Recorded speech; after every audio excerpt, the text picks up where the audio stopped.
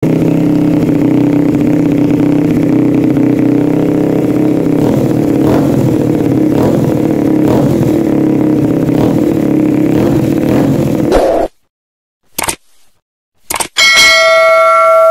what's up mga parts? So yun, yung smash na pinaripin sa atin ng ating tropa.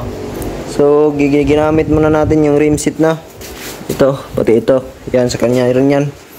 So tinisting ko lang yan dyan para goods ba. So di pa yan hihigpitan pa natin yan ngayon mga parts. So at ito rin, hiramin muna natin to kasi di pa naman yung magagamit kasi matagal pang trabaho yun mga part kasi ripin talaga yun sa chassis niya. So matagal pa yun, strip seal pa tayo doon. So strip to metal pa tayo doon. So primer pa, di pa kompleto yung pintura niya, wala pang primer. So kaya gamitin muna natin to. Pumayag naman siya, nagpaalam ako sa kanya. So kaya gamitin natin to at kabitan natin uli ng carb si Isabelo. So yun, galing to kay Abilina. So ito yung ginamit natin sa show kasi yung carb natin na isa ay hiniram pa ng tropa natin.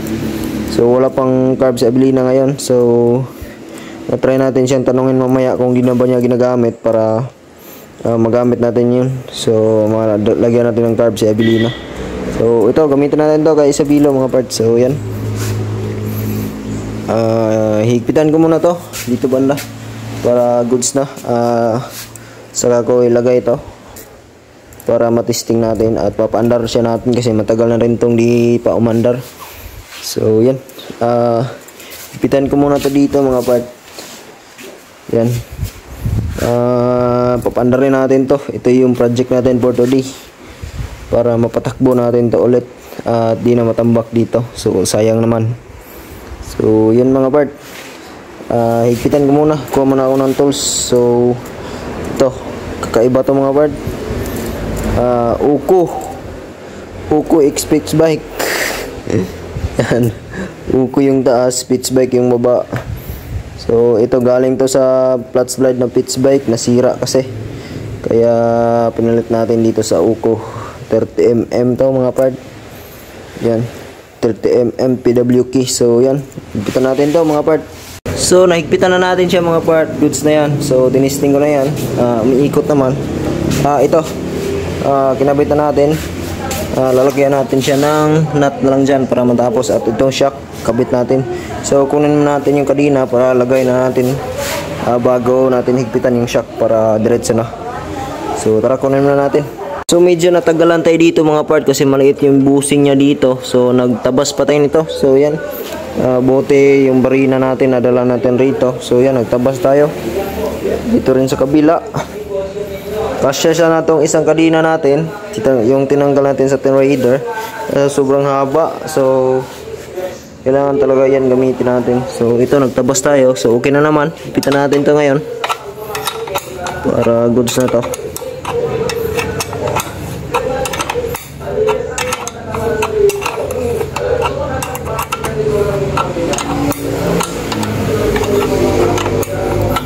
So yan, tutupusin ko muna to para di naman tayo masyadong mahaba. So titispit ko yung kadina ngayon para goods na tayo. So yan, yan yung tindig ni Isabelo mga part. So try natin siyang paganahin ngayon. So inuna natin yan bago ito. So tatapusin ko muna, higpitan ko muna siya mga part doon sa kabila. Buti na lang may ganito tayong naiwan. So yan. So ayan na mga part, natapos na natin siyang lagyan sa likod. So yan, higpitan natin yan lahat mga part. Nagawa natin yung paraan, yung chain set nya sa Raider FI natin na binaklas ang ginamit natin. So yan, goods na. Dito sa kabila, higpitan na rin yan lahat mga part. Ito pinilit natin. So master of DIY kasi tayo eh. So kaya di pwedeng di magawa ng paraan. So goods na yan, magana na yan lahat. Kabit na lang natin yung carbs para matapos na to. So di pa natin pala ito mapaandar mga part kasi yan, walang mga bolts pati yan sa kabila kasi nandun kay Abilina. So di ko nadala yung luma na stock na bolts lang, sana muna ilagay natin kaso di ko nadala. So di pala natin to mapaandar ngayon, pero ikabit natin to. Di ko naman to i-upload hanggat hindi to umaandar. So yan, kabit muna natin to mga part. So let's go. So yan ang mga part, nalagay na natin yung carbs nya. So yan, gasolina na lang kulang nito mga part. Nagawa natin to ng paraan. So tayo pa master and DIY tayo eh. So yan, nagawa natin ng paraan yung mga bolts. So bilan natin yan ng gasolina ngayon para mapaandar na natin. So tara, bilhan muna natin.